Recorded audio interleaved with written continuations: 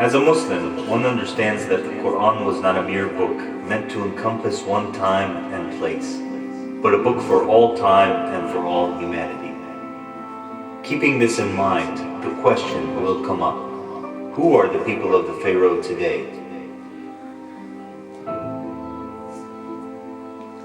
The Freemasons are the connective tissue that have carried ancient knowledge all the way through the centuries up into the modern secret society. The structure by which the world is controlled by a few people, literally a handful at the very top, is like Russian dolls, one doll inside another, inside another, inside another.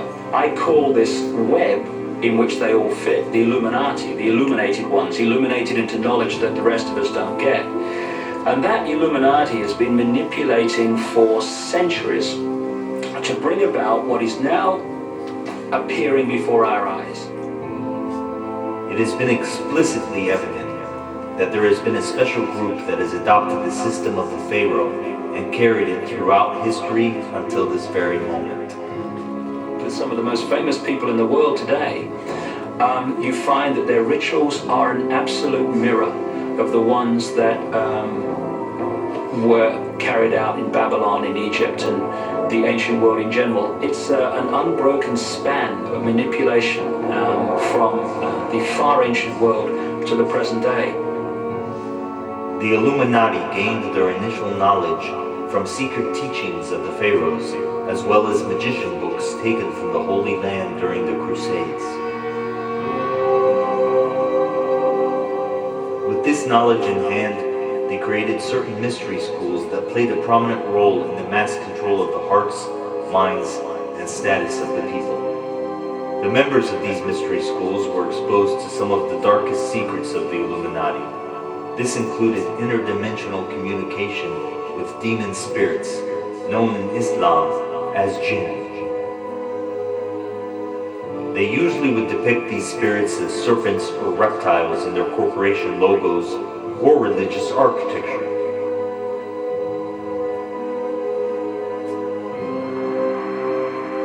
Through such schools, these members were able to create a bond with their jinn counterparts, and through certain procedures and acts, would allow the jinn to assist them in rising to the top. As such, they were eventually placed into highly influential positions of leadership.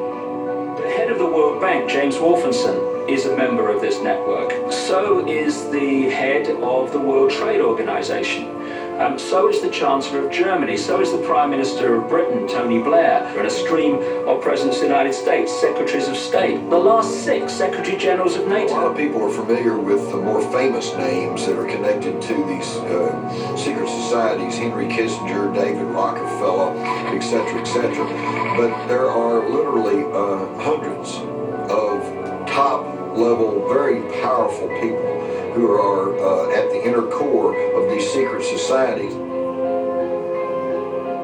Again, history repeats itself, and we see the Illuminati implementing the ancient pyramid structure, with they, the elite, on top. They have become in complete control of the religious, monetary, judicial, agricultural, and medicinal aspects of society. By this, no commoner would be able to acquire any service or product without having to go through the system first, to which he would have to pay a great price. Through various methods of medicinal control, wealth distribution, and the creation of eventual debt slaves, the masses became completely dependent on this pyramid.